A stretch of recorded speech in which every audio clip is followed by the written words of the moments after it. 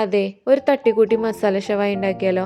സവാള അല്ലെങ്കിൽ ഉള്ളി, കുറച്ച് തക്കാളി, കുറച്ച് മല്ലിയില, ഇത്രയും സാധനങ്ങൾ ഒരു മിക്സിയുടെ ജാറിലേക്കിട്ട് ജിഞ്ചർ ഗാർലിക് പേസ്റ്റും ഉപ്പും ചേർത്ത് മഞ്ഞൾപ്പൊടി, മുളക് പൊടി, മല്ലിപ്പൊടി ഇതൊക്കെ നമ്മുടെ പാകത്തിനും എരിവിനും അനുസരിച്ച് ചേർക്കാം കേട്ടോ. പിന്നെ ഷവായി മസാല ഉണ്ടെങ്കിൽ അതാണ് ബെസ്റ്റ്.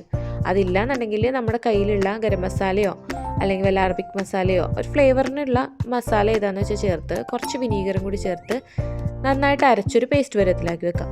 പിന്നെ നമുക്ക് കഴിക്കാൻ ഇഷ്ടമുള്ള പോലെ തൊലി ഉള്ളതോ ഇല്ലാത്തതോ ആയ ചിക്കനിലേക്ക് ഈ അരച്ചു വെച്ച പേസ്റ്റ് ചേർത്ത് പെരട്ടി ഒരു 2 മണിക്കൂർ റെസ്റ്റ് ചെയ്യാൻ വെക്കാം. പിന്നെ തീരെ മീഡിയം ആക്കണ്ട, എന്നാൽ ഹൈ ഫ്ലെയിമും ആക്കണ്ട.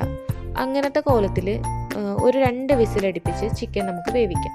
ചിക്കൻ ഓവർ കുക്കായി പോരുത് കേട്ടോ, അതുകൊണ്ടാണ് അങ്ങനെ പറഞ്ഞത്. പിന്നെ ഒരു പാൻ വെച്ചിട്ട് ഇഷ്ടമുള്ള ഓയിൽ, സൺഫ്ലവറോ ഒലിവ് ഓയിലോ ഏതാണെന്ന് വെച്ചാൽ ചേർത്തിട്ട് ഈ വേവിച്ച് വെച്ചിരിക്കുന്ന ചിക്കൻ അതിലേക്ക് ഇട്ട് ഒന്ന് തിരിച്ചു മറിച്ചു വിട്ട് നല്ലപോലെ ഷാലോ ഫ്രൈ ചേർക്കണം കേട്ടോ.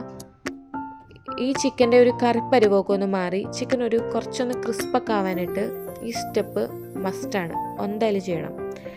ചിക്കൻ നന്നായിട്ട് ഫ്രൈ ആയി വന്നു കഴിയുമ്പോൾ നമ്മൾ വേവിച്ചതിൻ്റെ ബാക്കിയായ ആ വെള്ളം ഉണ്ടല്ലോ, ആ സ്റ്റോക്ക് ഇതിലേക്ക് ഒഴിച്ച് നന്നായിട്ട് വറ്റിച്ച് ഈ ചിക്കനിലേക്ക് പെരട്ടി കോട്ട് ചെയ്തെടുക്കണം കേട്ടോ നല്ലപോലെ.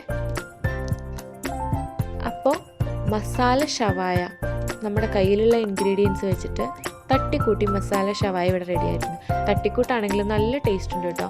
ചപ്പാത്തിയുടെയും പൊറോട്ടയുടെയൊക്കെ കൂടെ ഇത് ബെസ്റ്റായിരിക്കും, അടിപൊളി. എന്നും ചിക്കൻ കറി കൂട്ടി മടുക്കുമ്പോൾ ഇങ്ങനെയൊക്കെ ട്രൈ ചെയ്യാൻ എടുക്കുക. പിന്നെ ഒരു മല്ലിയില വെച്ചൊക്കെ ഒന്ന് ഗാർണിഷ് ചെയ്യായിരുന്നു, അടുത്ത തവണയാവട്ടെ.